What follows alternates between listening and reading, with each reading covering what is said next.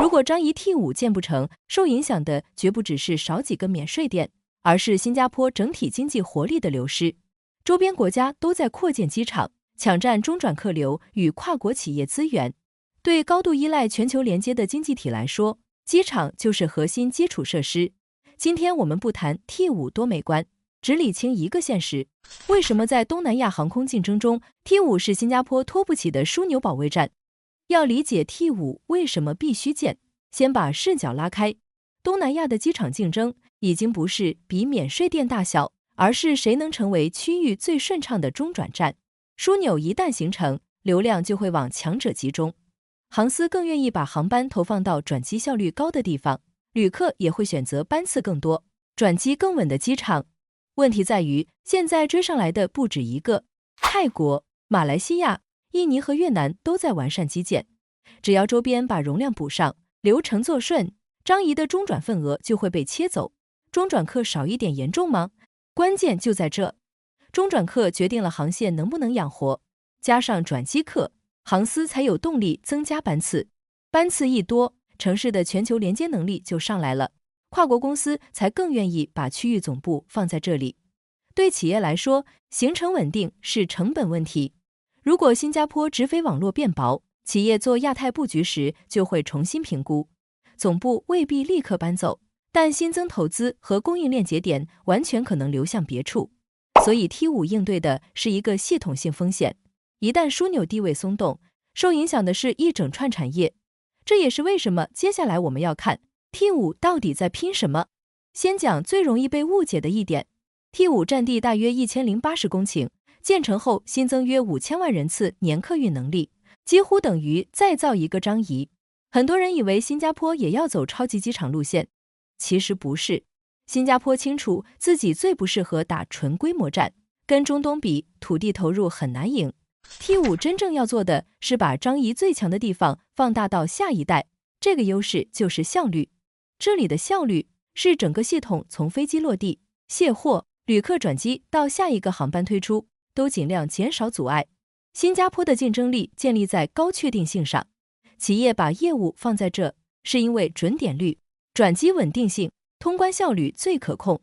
你可以把 T5 理解成一次系统升级，现有张仪再强，也有容量上限，没有缓冲空间。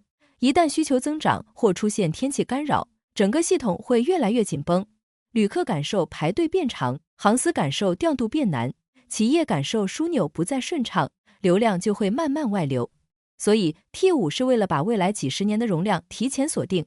新加坡扩建的是一套高度集成的运作系统，怎么让下机到转机的路径更短，让行李货物跑得比人快，才是规划核心。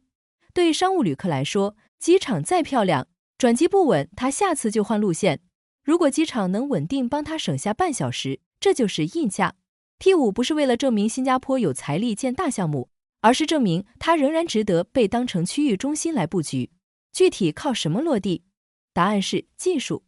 如果 T5 要把效率做成核心优势，最关键的就是消除旅客最讨厌的等待焦虑，排队值机、过安检、等行李，每个环节多10分钟，体验就会迅速变差。对商务客和航司来说，这就是成本。现在全球机场都在谈无缝通关，把分散需要人工确认的步骤整合到数字系统里，身份验证提前做，旅客移动时系统就知道下一步该往哪走。新加坡本地人力成本高，继续靠大量人工应对增长很难稳定复制，所以 T5 的自动化是运营核心。未来更理想的状态是身份识别、自助托运、通关登机尽量连起来，不需要反复停下找证件，流程越少断点，旅客越不焦躁，吞吐也越稳定。这直接决定了高峰期能不能扛得住。枢纽机场最怕大量航班同时到达转机，一旦卡住就会连锁反应。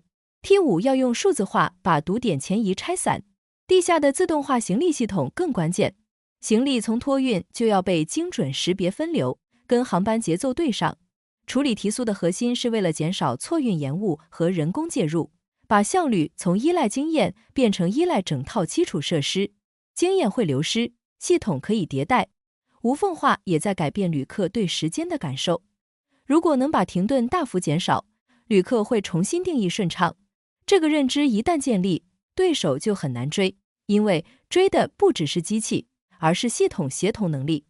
不过效率再高也只是毛。经历疫情后，机场还必须有盾。前面讲的是顺境里怎么赢，这一段讲遇到突发危机怎么运作。疫情让所有人看清，传统大型客运大楼其实很脆弱，它太集中，太依赖统一动线，一旦要隔离筛查就容易卡死。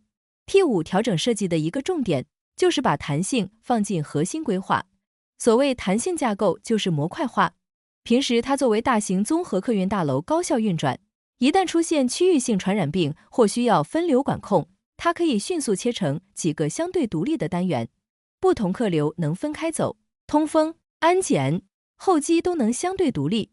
这非常重要，因为机场是新加坡对外连接的总阀门，阀门一关，影响会一路传导到贸易、商务、会展和投资信心。弹性设计保证在冲击来临时不会全面停摆，国家机器还能维持基本连接，供应链还能继续转。这种韧性本身就是安全资产。此外， T5 不只是客运大楼，还是更大城市系统里的节点。未来的大型枢纽会跟铁路、公路、货运、数据系统更深绑在一起，机场和城市的边界会越来越模糊。新加坡本来就小，任何大型基建都必须同时服务交通、商业、就业和国家韧性。如果 T5 能把人流、物流、资金流、信息流重新组织起来，它就是未来城市的一部分。这背后是很务实的思路。土地有限，就把空间功能做深；风险上升，就把系统可切换能力做强。前者是效率，后者是安全，两者放在一起，才是后疫情时代真正有含金量的基础设施。看完整个分析，你会发现 T5 真正要守住的不是一座机场的表面风光，而是新加坡作为区域节点的实质地位。它背后连着跨国公司是否继续把区域业务放在这里，高附加值岗位是否留在这里，物流、金融、会展还能不能维持活力。对本地家庭来说，这些最后都会回到很具体的现实：工作机会稳不稳，薪资空间够不够，企业愿不愿意继续投资，包括很多人关心的公积金稳健性、祖屋和私宅的长期价值，都离不开新加坡的整体竞争力。T5 当然不是万能解药，周边国家会继续追赶，但如果连这一步都不走，未来被边缘化的风险只会更高。所以这不是要不要建得更漂亮的问题，而是要不要继续保住现有优势的问题。你对 T5 怎么看？你觉得它是经济工程、国家安全工程，还是未来城市工程？如果你做生意、投资或考虑职业房产规划，这个项目会不会影响你的判断？欢迎把看法留在评论区，我们一起理性探讨。喜欢这种客观梳理逻辑的分析，记得订阅频道，我们下期继续。